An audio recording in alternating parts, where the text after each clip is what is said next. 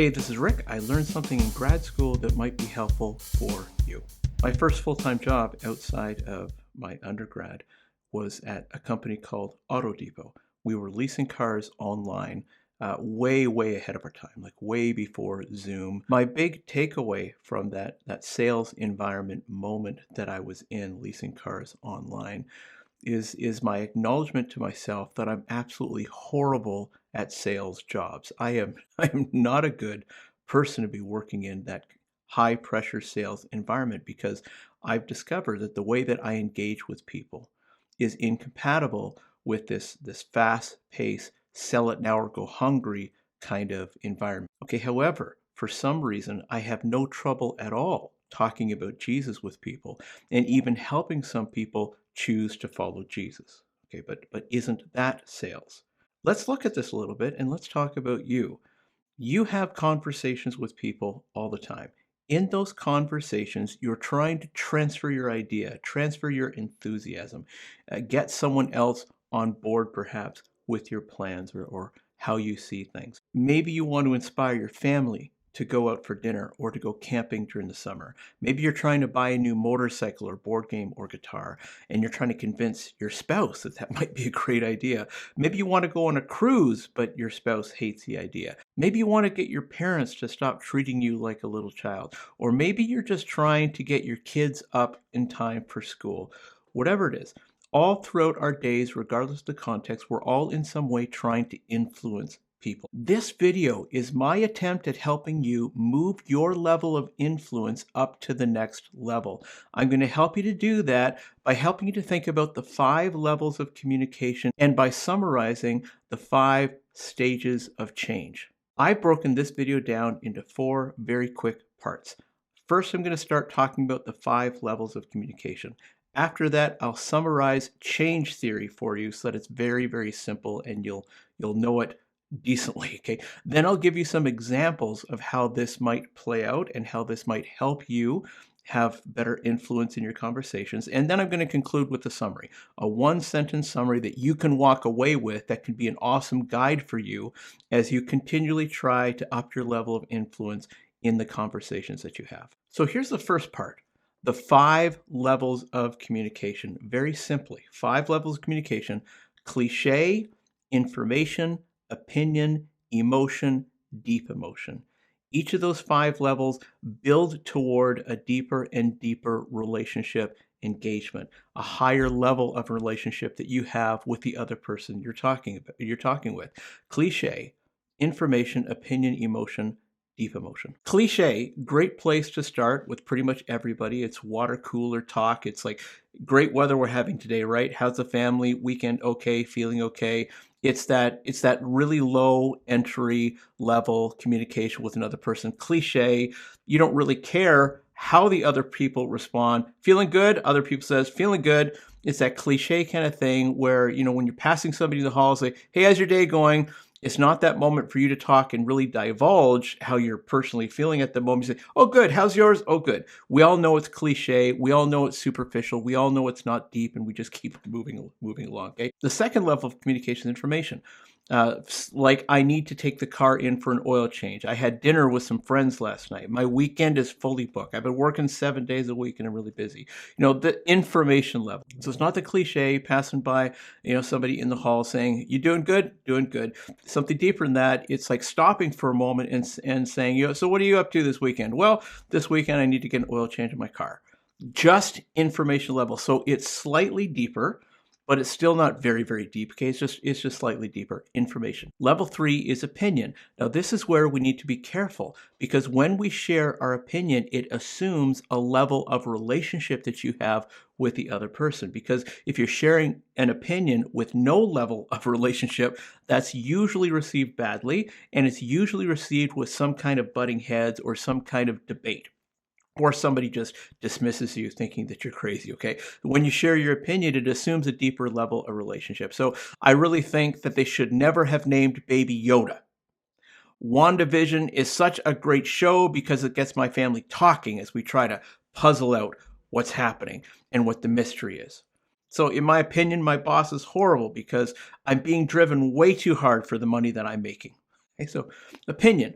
Some of it can be kind of light and fluffy, others can be kind of deep, but it assumes a deeper level of relationship. And if you've got a different opinion about whether they should have named baby Yoda or not, you feel free to leave that in the comments. I'm happy to talk about that too. Okay, level 4 communication, emotion. It's something like, I feel kind of sad today because it's raining out and I was hoping to get out of the house finally. Staying locked in and not socializing, that's making me feel really down. I'm feeling sad. I'm feeling unenergetic. I'm feeling depressed. Okay, so emotion, that's a deeper level of transparency. And when you're going to a deeper level of transparency, you need to make sure that the other person is ready for that and is going to receive that level of transparency from you. So it assumes you have to have a better relationship. If you begin to jump into deep this emotion kind of communication, and you don't have a better relationship, a good relationship with that other person, that's going to make you feel awkward. It's going to make them feel awkward. It's going to make you feel awkward. Then finally, number 5, deep emotion. This is like looking into someone's eyes, with a strong familiarity or strong trust, sharing your guts, spilling the beans. You do this with your spouse, your pastor, your therapist, your best friend. It's really deeply personal and it's very transparent. It's like when a couple comes clean and they look into each other's eyes and they talk about how they were treated as kids and how that bad treatment is affecting their behavior today and how it stops them from trusting their spouse. It stops them from drawing closer, and they can't seem to get it out of the way, and they're asking, can you please help me with this? Like, it's not you, it really is me, and I really need help. It's okay. So it's a deeper level of emotion that totally relies on a depth of relationship. Okay, so each of the 5 levels of communication requires and assumes some level of relationship with the person you're speaking of. Cliche assumes no relationship at all. Everybody can speak at the level of cliche. Deep emotions, that assumes and requires a very deep relationship with that person you're communicating to. Okay, so tuck that away just for a moment. And we need to build on that by looking at some change theory now in order for us to understand how it is we can up our game to have better influence in our conversations. Okay, so here are the 5 stages of change. This is a quick summary of change theory that I've put in my own words to help it become more accessible to you. Stage 1 is denial without agency. Stage 2 is denial with agency. Stage 3 is acknowledgement without agency. Stage 4 is acknowledgement with agency. And stage 5 is transcendency. Okay, stage 1, denial without agency. You're talking to somebody, trying to convince them of something, and you're just like air. You're just like background noise or wallpaper or something. There's no penetration of communication. They're just dismissive because they don't think that your communication really matters to them because it's not their problem, maybe. Okay. Stage 2, denial with agency. That agency usually looks like anger. So when you're confronting somebody about something, maybe you go up to your friend and say, listen, man, you're smoking too much. And I really think you got to tone that down. If they don't think they have a problem and they're just in denial, they're like, whatever.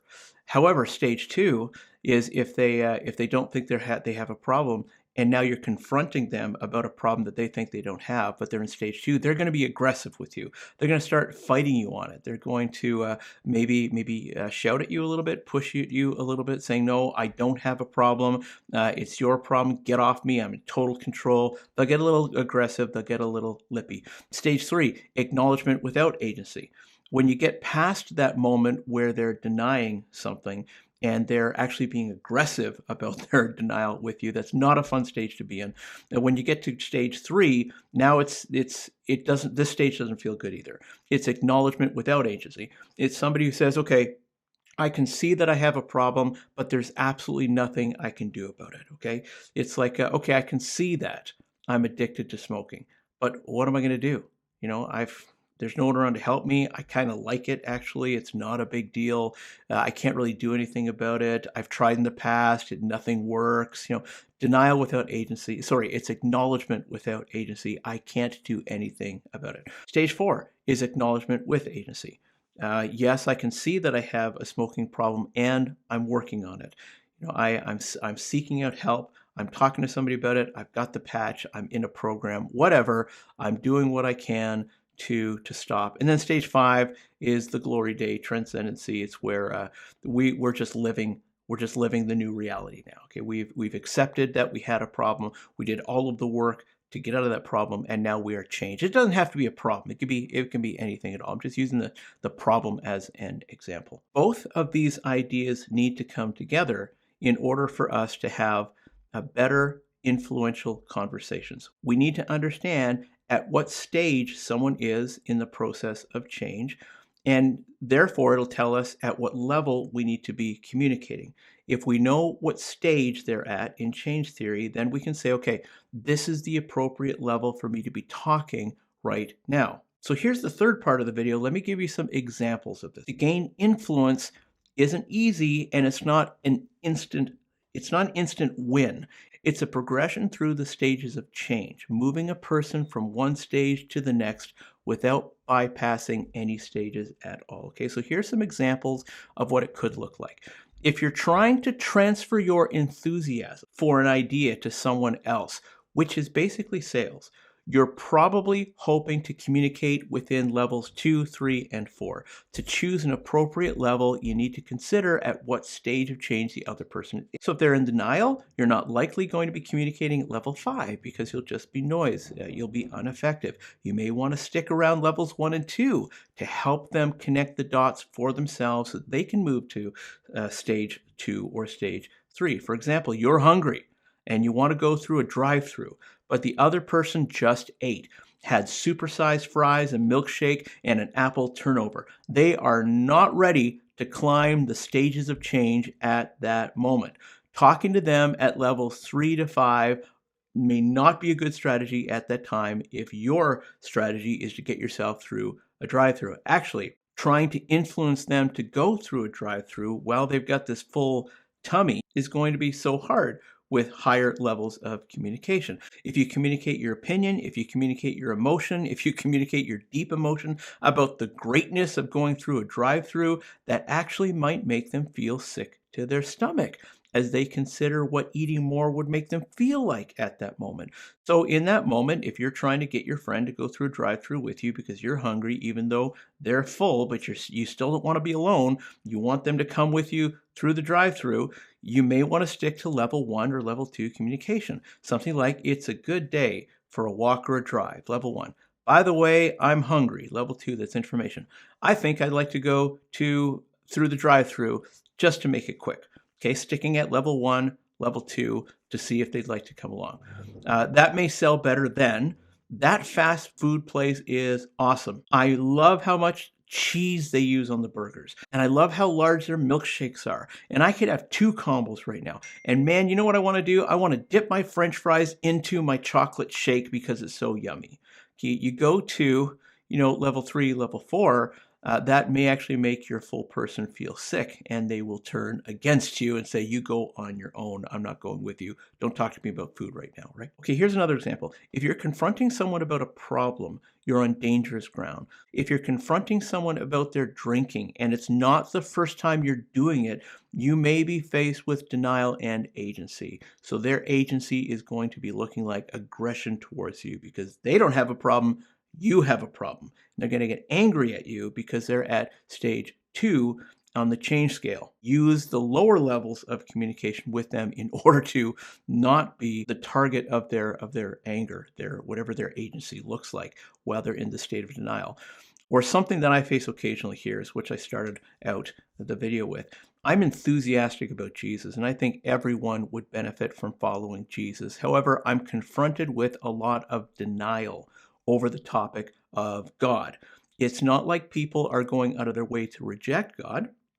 It's just I find that God is not on their top 10 list. I mean, some people just will flat out reject God. They've got some baggage. They've got some stuff that they can't get through. They're convinced of something. But for the most case, I find that God is just not on their top 10 list. So for my bias, I'd say that they're in denial. When I begin to make them aware of God, they can sometimes move from denial without agency to denial with agency. And that can happen in a hurry sometimes because, like politics, the God topic sometimes can get kind of fiery. I had some people get angry at me, block me, unfriend me, unsubscribe me, get all up in my face and argue, raise their voice at me, kick me out of a car, yell at me in fast food places, like you name it. People can go from denial without agency to denial with agency very quickly when you talk to them about God. Those are the moments when I've done a poor job, and I've learned through the years what a poor job looks like so that I can do better at this. I'm a little better now, and I trigger people far less often than I used to. When I want to talk to people about God who typically don't talk about God or don't want to talk about God, I always start with an assessment question to see at what stage they're at on the change scale. And then I choose which level of communication I want to use and at which depth. For people who are in denial with agency, I tend to back up and only stay at levels 1 and 2, because if they're in an argument with God, I do not want to be in the middle of that argument. So I keep my communication light and I stick usually to levels 1 and 2. In the case of a parent with kids in a van on a long drive, here's an easy one. You're a dad or a mom, you're enthusiastic about taking a break from the long drive, and you see coming up a toy store with say, an ice cream truck right in front of it.